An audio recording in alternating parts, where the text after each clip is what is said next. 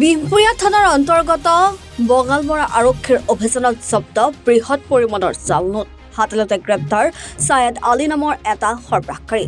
সোমবাৰে মাজনিশা দৌলতপুৰত চলাইছিল জাল নোট সৰবৰাহকাৰীৰ বিৰুদ্ধে অভিযান। দৌলতপুৰৰ ছায়েদ আলীৰ ঘৰত অভিযান চলাই বগালমৰা আৰক্ষীয়ে।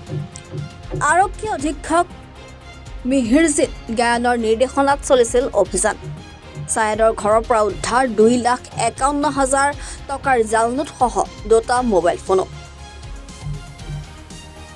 মোবাইল ফোনত থকা আপত্তিজনক ভিডিঅ' চাই হতবাক হৈ পৰিছে আৰক্ষী। কেনেকৈ হোৱাটছআপ যোগে প্ৰলোভিত কৰি জালত পেলাই বহিৰাজ্যৰ লোকক।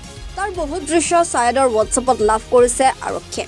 ছায়েদ ক'লা আদাৰ অবৈধ ব্যৱসায়ৰ সৈতেও জড়িত থকাৰ সন্দেহ প্ৰকাশ কৰিছে আৰক্ষীয়ে।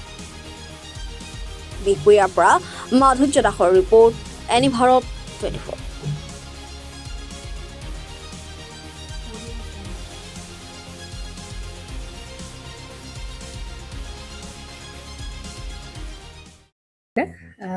জুবিন গাৰ্গৰ গীতসমূহৰ ওপৰত আধাৰিত গানে কি আনে নামৰ এটা সুন্দৰ অনুষ্ঠান আপোনালোকৰ ওচৰলৈ আহি আছে অতি শীঘ্ৰে। অহা 15 আগষ্টৰ পৰা ধেমাজিৰ পৰা প্ৰথম অডিশ্যন আৰম্ভ হ'ব আৰু সেই অডিশ্যনৰ যোগেদি বিভিন্ন কণ্ঠশিল্পীসকলে যিসকলে এই অনুষ্ঠানত যোগদান কৰিব বিচাৰে তেওঁলোকে এই অডিশ্যনৰ যোগেদি আগবাঢ়ি আহক আৰু জুবিন গাৰ্গৰ বহুত ভাল লগা গান আমি সদায় শুনি আহোঁ আৰু আপোনালোকৰ যদি ভাল লগা গান থাকে জুবিন গাৰ্গৰ আপোনালোকে গাই ভাল পায় তেন্তে অডিশ্যনত যোগদান কৰক। মোৰ ফালৰ পৰা আন্তৰিক শুভকামনা থাকিল এই সম্পূৰ্ণ অনুষ্ঠানটোলৈ। ধন্যবাদ।